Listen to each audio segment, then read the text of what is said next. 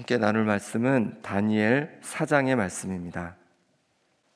느부갓네살 왕은 앞선 다니엘 2장, 3장에서 놀라운 하나님을 목도했습니다. 눈으로 보았습니다. 하지만 안타깝게도 앞선 2장, 3장에서는 보긴 했지만 하나님을 자신의 하나님으로 받아들인 것은 아니었습니다. 먼저 2장에서 느부갓네살 왕은 꿈을 전혀 알려주지도 않았는데 이 다니엘이 어떤 꿈을 꾸었는지, 왕이 어떤 꿈을 꾸었는지도 알아맞추고 또 그 해석까지도 해내는 것을 보면서 와, 정말 하나님은 위대하시다라고 생각했습니다. 그런데 어떤 하나님, 누구의 하나님이 위대하다고 생각했냐면 바로 다니엘의 하나님이 위대하시다라고 생각한 거예요. 자신의 하나님이 아니라 다니엘의 하나님이 위대하다고 그렇게 생각했습니다. 그래서 3장에서는 어떤 행동을 하냐면 다니엘 하나님이 위대하셔? 그럼 나도 위대한 신을 하나 가져야겠다라고 생각합니다. 그래서 금으로 된 신상을 30m 높이나 되는 큰 신상을 만들어서 낙성식을 하게 되는 것이죠. 자신도 이 다니엘처럼 위대한 큰 신을 소유해서 자신도 그렇게 번창하고 싶었던 것입니다. 이렇게 큰 신상을 만들고 낙성식을 하게 됩니다. 음악이 날 때 모든 관리들이 그 앞에 절하게 합니다. 그런데 그때 이 다니엘의 세 친구인 사드락, 메삭, 아벳느고는 그 앞에서 절을 하지 않게 되죠. 왜냐하면 하나님께서 계시기에, 그리 아니하실지라도 하나님께서 건지실 것이기에 하나님을 바라보면서 절을 하지 않습니다. 왕은 뜨거운 풀무불을 7배나 더 뜨겁게 해서 이 세 친구를 거기에 던져버립니다. 그런데 놀라운 것을 보게 되죠. 거기에 몇 명이 있었습니까? 3명이 아니라 4명이 있었습니다. 천사가 이 다니엘의 세 친구를 보호하고 있던 것이죠. 너무도 놀란 느부갓네살 왕은 하나님을 찬양합니다. 그런데 누구의 하나님을 찬양합니까? 나의 하나님이 아니라 바로 사드락, 메삭, 아벳느고, 다니엘의 세 친구의 하나님을 찬양하는 거예요. 느부갓네살이 말하여 이르되 사드락과 메삭과 아벳느고의 하나님을 찬송할지라, 이렇게 하면서 자신의 하나님이 아니라 그들의 하나님을 찬양했던 것입니다. 느부갓네살 왕은 하나님을 나의 하나님이 아니라 그들의 하나님으로 여겼습니다. 자신과는 전혀 상관없는 하나님으로 여겼던 것입니다. 그런데 놀라운 것은 무엇이 놀라우냐면 이 우리가 함께 봤던 다니엘서 4장에서는 느부갓네살이 하나님을 직접 만나게 됩니다. 하나님을 인격적으로 만나게 됩니다.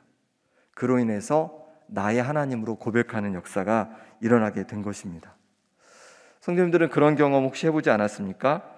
저 권사님에게는, 저 집사님에게는 분명 하나님께서 역사하시는 것 같아요. 그걸 보겠어요. 그런데 나랑은 전혀 하나님이 상관없는 것처럼 느껴질 때가 혹시 계시지 않습니까? 하나님을 아는 것도 중요한데 무엇보다도 나의 하나님으로 하나님을 내가 만나고 경험하고 하는 것이 무엇보다도 중요한 줄 믿습니다. 제가 초등학교 때부터 이제 교회를 다녔는데 수요일마다 이제 그 교회가 아주 뜨거워가지고 이 부흥회 같은 걸 했어요. 수요일마다. 그래서 수요예배를 드리고 나서 커피 타임을 딱 갖고 그 다음날 새벽 3시까지, 때로 4시까지 막 기도회를 했어요. 목사님 굉장히 뜨거우셨어요. 그렇게 기도회를 하는데 제가 한번 놀라운 경험을 했습니다. 저는 한번 말씀드린 것 같은데 찬양을 하는데요, 갑자기 이분들이 막 방언으로 찬양을 하기 시작하는 거예요. 근데 놀라운 거는, 제가 너무 놀란 게 뭐냐면 방언으로 찬양하는데 찬양하는 소리가 똑같은 거예요. 그 찬양할 때 그때는 궤도를 썼거든요. 그래서 궤도를 넘겨가면서 거기를 보면서 이렇게 막 찬양을 하잖아요. 그럼 똑같은 목소리로 찬양할 수가 있잖아요. 똑같은 가사로 찬양할 수 있는데 궤도에 그 방언이 써 있는 것도 아닌데 똑같은 그 소리로 궤도를 보면서, 궤도는 분명 한국말로 돼 있는데 입으로는 그 방언으로 막 찬양을 하는데 그곳에 한 30명, 40명 정도 모여 계셨는데 똑같은 목소리로 찬양을 하는 거예요. 그래서 제가 너무 놀랐고, 또 놀란 거는 제가 그걸 못하니까 놀랐습니다. 제가 방언을 그때까지 하지 못했었기 때문에, 그래서 너무 저만 소외된 느낌인 거예요. 제가 눈으로는 보는데 나는 경험해 보지 못했으니까 너무 소외되고 힘들어서 막 방언을 사모했던 기억이 납니다. 그래서 제가 중학교 때 그때 이제 방언을 하게 됐어요. 그러면서 그래서 되게 행복했던 기억이 있는데, 저희 누님도 비슷한 그런 경험을 했습니다. 누님은 제가 그래도 중학교 때 했잖아요. 근데 누님은 고등학교를 졸업할 때까지 저랑 1살 차이인데 방언을 하지 못했어요. 물론 이제 회사를 고등학교 졸업하고 다니면서 좀 이제 놀고도 싶고 이제 그런 것도 있었지만, 저한테 어느 날 이렇게 한탄을 하는 거예요. 너는 이렇게 방언도 받고 막 하나님 만나주시는데 나는 방언도 못하고 하나님이 안 계신 것 같다고 막 그런 말을 하면서 교회를 안 나오기 시작하는 거예요. 예. 하나님을 내가 만난 그 경험이 없다고 생각했기 때문에, 나의 하나님이 아니라고 생각했기 때문에. 그래서 한동안 떠나 있다가 다시 나중에 결혼하고 나서 또 어머님과 또 저희 기도 가운데 다시금 하나님을 만나고 다시금은 이제 권사님으로 그렇게 한 교회를 섬기고 있습니다. 그래도 마찬가지입니다. 하나님을 만나는 경험이 중요합니다. 나의 하나님으로 고백하는 그 순간이 중요한 겁니다. 성도님들에게는 어떤 순간이 있으셨습니까? 하나님을 나의 하나님으로 그렇게 고백하는 순간이 언제였습니까? 그것을 다시금 기억해 보시기 바랍니다. 그럴 때 우리는 다시금 믿음을 생각하고 다시 하나님을 다시 바라볼 수 있는 것입니다. 느부갓네살이 하나님을 나의 하나님으로 받아들이는 그 사건에 대해서 이제 4장에서 말씀하고 있는데요. 우리 1절, 2절 말씀을 같이 한번 읽어보겠습니다. 1절, 2절입니다. 느부갓네살 왕은 천하에 거주하는 모든 백성들과 나라들과 각 언어를 말하는 자들에게 조서를 내리노라. 원하노니 너희에게 큰 평강이 있을지어다. 지극히 높으신 하나님이 내게 행하신 이적과 놀라운 일을 내가 알게 하기를 즐겨 하노라. 아멘. 2절에 보니까 지극히 높으신 하나님이 내게 행하신 이적과 놀라운 일, 다른 사람이 아니라 바로 내게 행하신 그 이적과 놀라운 일을 내가 알게 하기를 즐겨 하노라. 이 느부갓네살 왕은 내게 행하신 그 하나님의 놀라운 일을 경험하고 나서 그것을 어떻게 했냐면 자신이 다스리는 제국, 바벨론 제국 모든 곳에 조서를 내려서 그 하나님을 찬양하도록 했습니다. 2장의 주인공은 다니엘이었고 3장의 주인공은 다니엘의 세 친구였습니다. 4장의 주인공은 2장에서 3장에서 주변인으로 그렇게 있었던 바로 느부갓네살 왕이 주인공이 되었습니다. 하나님께서 그를 인격적으로 만나주셨고 결국 그는 내게 행하신 이적과 놀라운 일을 내게 알게 하기를 즐겨하노라 하면서 자신이 만난 하나님을 바벨론 온 제국에 소개했습니다. 그럼 어떻게 느부갓네살은 하나님을 자신의 하나님으로 만나게 되었을까요? 앞서 2장에서 꿈을 꾸었던 느부갓네살 왕은 어느 날 또다시 꿈을 꾸게 됩니다. 5절 말씀을 제가 읽어보겠습니다. 한 꿈을 꾸고 그로 말미암아 두려워하였으니 곧 내 침상에서 생각하는 것과 머릿속으로 받은 환상으로 말미암아 번민하였었노라. 꿈을 꾸었는데 이 꿈은 느부갓네살 왕에게 번민과 두려움을 주었습니다. 2장에서도 꿈을 꾸었는데 그 꿈은 왕에게 번민을 주긴 했지만 두려움을 주진 않았어요. 그런데 이 꿈은 두려움까지 줬어요. 그러니 마음의 여유가 없었어요. 이걸 꿈을 알아맞혀 봐라 이런 얘기를 할 여유가 없었어요. 바로 지혜자들을 부르기 시작합니다. 그리고 그들에게 꿈을 알려주고 이 꿈을 좀 빨리 좀 해석해줘라. 내가 너무 두렵다라고 얘기하는 거예요. 그런데 이 바벨론의 지혜자들이 그 꿈을 제대로 해석해내지 못하는 겁니다. 그러자 이 왕은 누굴 부르겠어요? 바로 첫 번째 꿈을 해석했던 다니엘을 부릅니다. 그리고 꿈을 해석해 달라고 합니다. 다니엘이 이제 그 꿈 이야기를 듣고 꿈을 해석하게 됩니다. 말씀 10절에서 18절까지가 바로 꿈의 내용이고요. 그 다음에 19절에서 27절까지가 꿈을 해석한 내용입니다. 자, 그럼 어떤 꿈을 꾸었는지 대략 보겠습니다. 땅의 중앙에 한번 상상해 보시기 바랍니다. 땅의 중앙에 큰 나무가 있습니다. 아주 큰 나무인데 그 큰 나무가 다시 자라서 하늘에 닿을 정도로 아주 큰 나무가 되었습니다. 그 모양이 땅끝에서도 보일 정도였습니다. 그 잎사귀는 너무 아름답고 그 열매는 너무 풍성해서 만민이 먹을 만했습니다. 들짐승이 그 그늘에 있고 공중에 나는 새도 그 가지에 깃들이고 육체를 가진 모든 것이 거기에서 먹을 만큼 풍성한 나무였습니다. 이 나무는 누구를 말할까요? 22절 말씀을 같이 보겠습니다. 22절 말씀 제가 읽겠습니다. 왕이여 이 나무는 곧 왕이시라. 이는 왕이 자라서 견고하여 지고 창대하사 하늘에 닿으시며 권세는 땅끝까지 미치 시민이이다. 이 큰 나무는 바로 느부갓네살 왕을 말하는 거예요. 느부갓네살 왕이 큰 나무처럼 그 권세와 힘이 커져서 큰 바벨론 제국을 이루고 그 바벨론 제국에 사는 모든 사람들이 먹고 살 만큼 풍요를 줄 만한 그런 나무다라고 말씀하시는 거죠. 그런데 어떤 일이 벌어집니까? 한 순찰자, 하나님의 천사가 그 나무를 베어서 없애버립니다. 그러나 다 없어진 건 아니고 구루터기가 남게 되는데 그 구루터기를 새와 놋줄로 동인 후에 묶은 후에 들풀 가운데 두게 됩니다. 그리하여서 하늘 이슬해졌고 들 짐승과 더불어 7대를 지내게 됩니다. 이건 또 무슨 말일까요? 25절 말씀 같이 한번 읽어보겠습니다. 왕이 사람에게서 쫓겨나서 들 짐승과 함께 살며 소처럼 풀을 먹으며 하늘 이슬에 젖을 것이요 이와 같이 7대를 지낼 것이라. 그때 지극히 높으신 이가 사람의 나사를 다스리시며 자기의 뜻대로 그것을 누구에게든지 주시는 줄을 아시리이다. 아멘.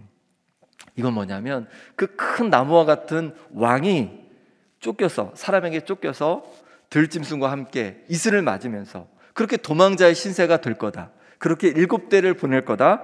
그럴 때에 지극히 높으시니 바로 하나님께서 사람의 나라도 다스리시고 하나님의 뜻대로 누구에게든지 그 나라를 주시는 것을 깨닫게 될 거다. 이렇게 얘기하는 겁니다.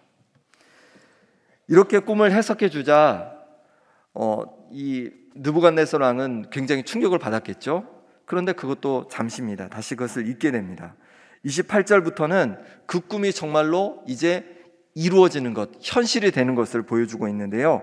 29절을 제가 한번 읽어보겠습니다.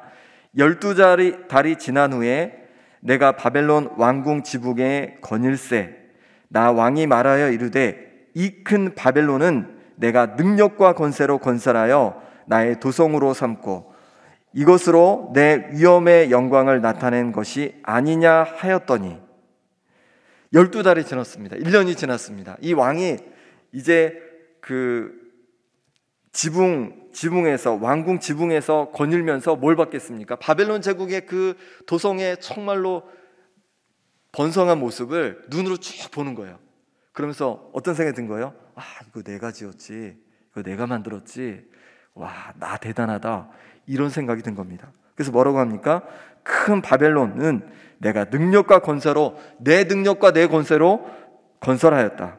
나의 도성으로 삼고 이것으로 내 위엄의 영광을 나타내는 것이 아니냐. 내 능력을 나타내는 거 아니냐. 내 권세를 나타내는 것이 아니냐. 이 도성이 하면서 교만한 말을 내뱉었습니다. 말이 중요해요. 그때 어떤 일이 벌어지냐면 하늘에서 음성이 들려옵니다. 32절 같이 읽어보겠습니다. 이 말이 아직도 나 왕의 입에 있을 때 하늘에서 소리가 내려 이르되 느부갓네살 왕아 내게 말하노니 나라의 왕위가 내게서 떠났느니라. 내가 사람에게 쫓겨서 들짐승과 함께 살면서 소처럼 풀을 먹을 것이요 이와 같이 7대를 지내서 지극히 높으신 이가 사람의 나라를 다스리시며 자기의 뜻대로 그것을 누구에게든지 주시는지를 알기까지 이르리라 하더라. 아멘. 하나님께서 뭐라고 하냐면 왕위가 내게서 떠날 거다라고 얘기하고 그 다음에 사람에게 쫓겨서 그렇게 도망자의 신세가 될 거다. 그리고 나면 7대를 그렇게 보내고 나면 지극히 높으신 이가 사람의 나라를 다스리는 거지 내가 다스리는 것이 아니다. 내 능력으로 하는 것이 아니다. 내 권세로 이 자리에 오른 것이 아니다 라는 것을 내가 깨닫게 될 거다라는 거예요. 그리고 그렇게 깨닫게 되었을 때 다시금 하나님께서 그를 다시금 회복시켜 주십니다. 우리 34절 말씀 제가 읽어보겠습니다. 그 기한이 참에 나 느부갓네살이 하늘을 우러러 보았더니 내 총명이 다시 내게로 돌아온지라. 이에 내가 지극히 높으신 이에게 감사하며 영생하시는 이를 찬양하고 경배하였나니 그 권세는 영원한 권세요 그 나라는 대대에 이르리로다. 그렇게 7대를 보내고 나서 내가 다스리는 것이 아니라 내 능력으로 한 것이 아니라 하나님께서 내게 주신 거고 하나님께서 온 세상을 다스리는구나, 이거를 깨닫고 나서 7대가 되었을 때 다시 총명이 돌아왔어요. 다시 하나님께서 그에게 총명을 주셨어요. 그러자 다시 왕으로 회복할 수 있었습니다. 그렇습니다. 이 느부갓네살에게 총명을 주고 왕의 자리에 올라서게 한 것은 누가 하신 것이냐면 그의 능력과 권세로 한 것이 아니라 바로 하나님께서 하신 줄 믿습니다. 이 세상에 많은 대통령이 있고 또 위정자들이 있고 권세가들이 있습니다. 그것이 다 그들이 잘나서 그들의 능력이 있어서 지혜가 있어서 그런 것이 아니라 하나님께서 그들을 그 자리에 세운 것입니다. 다시 말하면 우리에게 가진 모든 것, 내가 힘과 능력이 있어서 내가 이룬 업적이라고 생각할 수 있습니다. 내 자녀들 잘된 것 내가 잘 키워서 그렇다고 할 수 있습니다. 하지만 그것이 아니라 누가 하신 겁니까? 하나님께서 하신 것입니다. 우린 이 세상에 올 때 아무것도 가지고 오지 않았습니다. 빈몸으로 왔습니다. 알몸으로 왔습니다.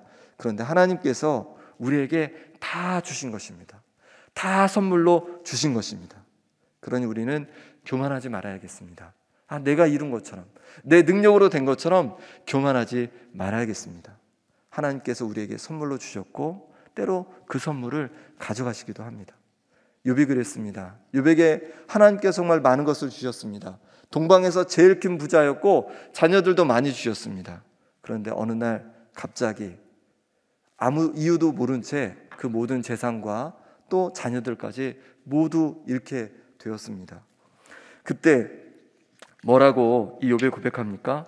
주신 이도 하나님이시요 거두신 이도 하나님이십니다. 내가 알몸으로 나왔사오니 알몸으로 돌아갈 것입니다. 이렇게 욥은 고백하고 있습니다. 그렇습니다. 우리에게 주신 것, 주셨다가 또 가져가신 것도 있고 지금도 주셔서 있는 것도 있습니다. 그런데 그 모든 것이 무엇입니까? 하나님이 내게서 빼앗아 간 것이 아니라 그 기간 동안에 하나님께서 내게 선물로 주셨음을 꼭 기억하시기 바랍니다. 하나님께서 우리에게 선물로 주셨기에 그것이 내 품속에 내 안에 있었고, 그리고 하나님께서 선물로 주셨기에 지금 내가 그 선물을 누리고 있는 것입니다. 닉 부이치치라는 사람이 있습니다. 이 사람은 이제 팔과 다리가 없죠. 예전에 보셨죠? 많이 보셨을 거예요. 팔과 다리가 없어요. 이 발 하나가 있는데 거기 발가락 2개밖에 못 써요. 그래서 8살 때 죽고 싶었대요. 그런데 사랑하는 엄마가 있어서, 아빠가 있어서, 친구들이 있어서 그렇게 하지 않았다는 거예요. 그리고 나서 삶을 바꾸기 시작했습니다. 다르게 생각하기로 시작했습니다. 없는 것을 생각하는 것이 아니라 하나님께서 주신 것을 생각하면서 그것을 가지고 감사하며 살기로 다짐했습니다. 그럴 때 수영도 배우게 되었고 컴퓨터도 배우게 되었고 공부도 일반 학교에서 똑같이 하게 되어서 대학에서 전공을 2개나 했습니다. 그리고 직장도 갖게 되었고, 그리고 행복 전도사로 세계를 다니면서 그렇게 하나님을 전하고 또 청소년들을 위로하는 그런 일에 귀하게 쓰임받게 되었습니다. 지금 내게 주신 것, 지금 내가 갖고 있는 것, 그것에 감사하면서 하나님께 영광 돌리는 우리의 날마다의 삶이 될 수 있기를 간절히 바랍니다. 함께 기도하겠습니다. 이 시간에 기도하실 때 내가 가진 것이 내 능력과 힘으로 된 것이냐, 하나님 앞에 교만했던 것을 이 시간에 내려놓고 용서해 주시기를 기도하면 좋겠습니다. 또한 내가 가진 모든 것이 하나님의 선물임을, 내게 주셨던 모든 것이 하나님의 선물임을 인정하며 하나님 앞에 감사함으로 이 시간에 기도하면 좋겠습니다. 또한 코로나19가 하루빨리 끝나서 우리가 함께 하나님을 온전히 예배할 수 있는, 영광 돌릴 수 있는 그날이 오도록 이 시간 우리 함께 간절히 기도하겠습니다. 하나님 아버지, 이 시간을 주님 앞에 기도하며 나갑니다. 내게 주셨던 모든 것이 정말로 하나님의 선물이었음을 기억합니다. 때로 그것이 지금 없기도 하지만 하나님 아버지, 그 잠시라도 제게 맡겨주셔서 선물로 주셨던 것 감사합니다. 그리고 지금 내게 주신 것들, 많은 주신 것들, 아버지 하나님 정말로 감사합니다. 가족들, 또 내가 가진 일터, 하나님 아버지 내가 가진 친구들, 또 이렇게 귀한 교회, 하나님 아버지 너무 감사합니다. 하나님 아버지, 하나님께서 주신 것들에 날마다 감사하며 하나님의 선물임을 아버지 잊지 않고, 하나님 앞에 교만하지 않고, 하나님을 원망하지 않고, 하나님 앞에 아버지 하나님 영광 돌리며 살아가는 우리 인생 될 수 있도록 하나님 붙잡아 주시옵소서. 코로나가 하루빨리 그치길 원합니다. 하나님 아버지 역사하시고 붙잡아 주셔서 아버지 하나님 정말로 괜히 빨리 생기고 또 회복될 수 있게 허락하여 주옵소서. 하나님, 우리가 누렸던 그 일상들이 하나님의 선물이었음을 또한 기억합니다. 하나님 너무 감사합니다. 지금 이 순간에도 지금 감사합니다. 하나님 영광 돌려주시고 아버지 하나님, 우리 모두가 정말로 날마다 하나님 앞에 감사하며 우리가 주신 것들에 감사하며 그렇게 영광 돌릴 수 있는 삶이 될 수 있도록 하나님 붙잡아 주시옵소서. 하나님 만져 주시옵소서. 하나님 아버지 붙잡아 주옵소서. 하나님 아버지, 느부갓네살 왕이 자신이 누렸던 그 모든 것이 하나님의 선물임을 깨닫게 되었을 때 하나님을 만나고 하나님을 찬양하는 그런 인생으로 변화된 것처럼, 아버지 하나님, 우리도 우리의 인생이 하나님의 선물임을 인정할 때 하나님을 더 깊이 만나고 하나님과의 더 깊은 교제 속에서 행복을 누리게 될 줄 믿습니다. 하나님 아버지, 우리에게 주셨던 모든 것 하나님의 선물임에 감사하고, 또 지금도 주시고 계신 모든 것, 우리가 가진 모든 것 하나님의 선물임에 감사합니다. 하나님께서 주신 것에 날마다 감사하고 영광 돌리는 우리의 삶이 되게 하여 주옵소서. 예수 그리스도 이름으로 기도드립니다. 아멘.